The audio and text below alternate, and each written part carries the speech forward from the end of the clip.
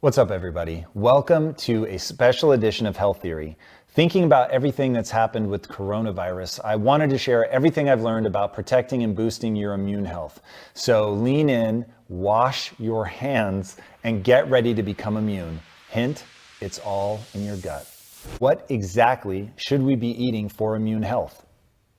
Well, all food is information, not just calories. It's all information. It's instructions. It's literally like code that programs your biology with every bite. So At like an epigenetic level, it's in every level. So every bite of food you take can change your gene expression across a whole range of genes. So you drink green tea or eat broccoli, you upregulate the gene called glutathione transferase that helps you detoxify heavy metals, environmental chemicals, metabolic toxins.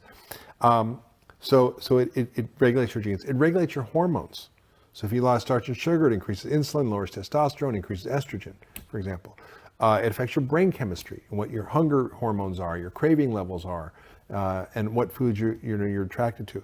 It affects your immune system. It regulates inflammation, or it's anti-inflammatory. It regulates your microbiome with every bite. So every single system of your body is regulated by the quality of the food you eat. And when you realize you shouldn't just focus on calories, you should focus on quality, and the information you're eating changes everything. So that's really what I have people focus on. And I think when people do that, then you have a different relationship to your food. You go, well, am I going to eat toxic information, or am I going to eat healing information? So if you had to just put together an all-weather eating strategy, what would the ideal, in air quotes, diet I wrote about it. I wrote a whole book about it. It's called Food, What the Heck Should I Eat? And it's about these principles, I call them the Pegan principles. And it's really focused on quality first, right? Nobody thinks we should be adding additives and hormones and antibiotics and pesticides and glyphosate to our food. Like, it's in it, but nobody's like, yeah. How do we avoid it at the grocery store? If you look at the label of something, if it has something you can't recognize, pronounce, then you shouldn't have it. Or if you don't have it in your cupboard at home, like butylated hydroxytoluene, which is in almost every processed food, is BHT. It's illegal in Europe. You wouldn't sprinkle that on your salad, would you? No. So that's a good rule. The second principle is, we should be eating a plant-rich diet, and across the spectrum, from fruits and vegetables to. Do you treat fruits and vegetables as sort of one and the same, or? No, it should be vegetables and fruit, right? So it's like, you don't want to be consuming only fruit, because that's full of sugar, and if you're diabetic or you're overweight or have issues, you might want to cut back on the sugary fruits or eat berries, which are less glycemic. Lots of nuts and seeds. Everybody agrees we should be eating lots of nuts and seeds. You want to soak them, reduce the lectins, that's fine. If you're going to eat beans and grains, pick low starch ones, right? And also, give us a few examples. So like black rice, which is like the blueberries of rice, quinoa. What does that mean? Well, the black rice was called the emperor's rice, or forbidden rice, and it's full of these it's black. So anytime you see color in nature, there are polyphenols and phytochemicals in there. So it's got more antioxidants per serving than blueberries. And then you want to make sure, if you're eating, grains, like gluten grains are interesting. So most of the gluten we eat is wheat.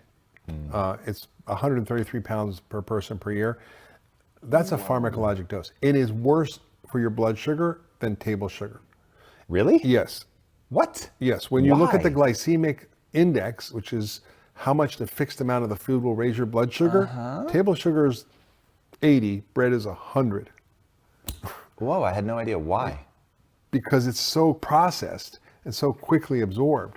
And if you want to eat, like, if you're not gluten sensitive, you want to have farro or einkorn wheat or, spelt, you might tolerate those because those aren't highly altered genetically. But the wheat we eat is super starchy, has a lot more gliadin proteins, create more gluten sensitivity, is sprayed with glyphosate at harvest to defoliate the plants. And it also has preservative called calcium propionate, which causes autism in animal models and is shown to cause behavioral problems in kids. So ADD, all that stuff, could be all the flour. So I'm not a big flour person, plus it's just like sugar. So if you want to have other grains, if you're not gluten sensitive, like rye or barley, that's fine. And then beans, again, lima beans, kidney beans. Look, 75% of Americans are overweight. So most people should be eating a lot of starch. And that, you have to eat 3 cups of beans to get the equivalent of like 4-6 ounces of protein. So have this lentils and things like that, which are lower starch beans, Azuki beans, other kinds of beans. I talk about them in my book. And then if you're eating animal products, you want to eat animal products that are not going to hurt the animals, not going to hurt you, and not going to hurt the environment, right? So for beef, it should be regeneratively raised ideally, which is hard to find, but you can actually get more and more of that around, and there's ways to do it by looking online to get it. Thrive Market is a great resource for regeneratively raised beef. And again, chicken should be pasture raised, pork and all that should be raised in ways that are more organic or sustainable. Fish, you want to eat fish that's sustainably harvested or sustainably organically aquacultured, because we over harvest the fish, and then we don't eat big fish. It's like full of mercury and tuna and swordfish. Just because they've lived longer? Well, what happens is the coal and all the fossil fuels go in the ocean, go into the algae, get stored in the algae. The little fish eat the algae, then the bigger fish eat the little fish, and it goes on up the food chain. And when you got a swordfish or a tuna, these are monster fish, and they bioaccumulated all this. And so you want to eat the right animal products. You want to eat the right grains, the right beans, the right vegetables, the right fruits, the right nuts. Give me the right vegetables. Are we just looking for color So spectrum? non-starchy vegetables. If you want to cut out nightshades and get rid of the lectins, that's fine. I don't care. But I love tomatoes. I'm not going to do that. And they don't make me feel bad.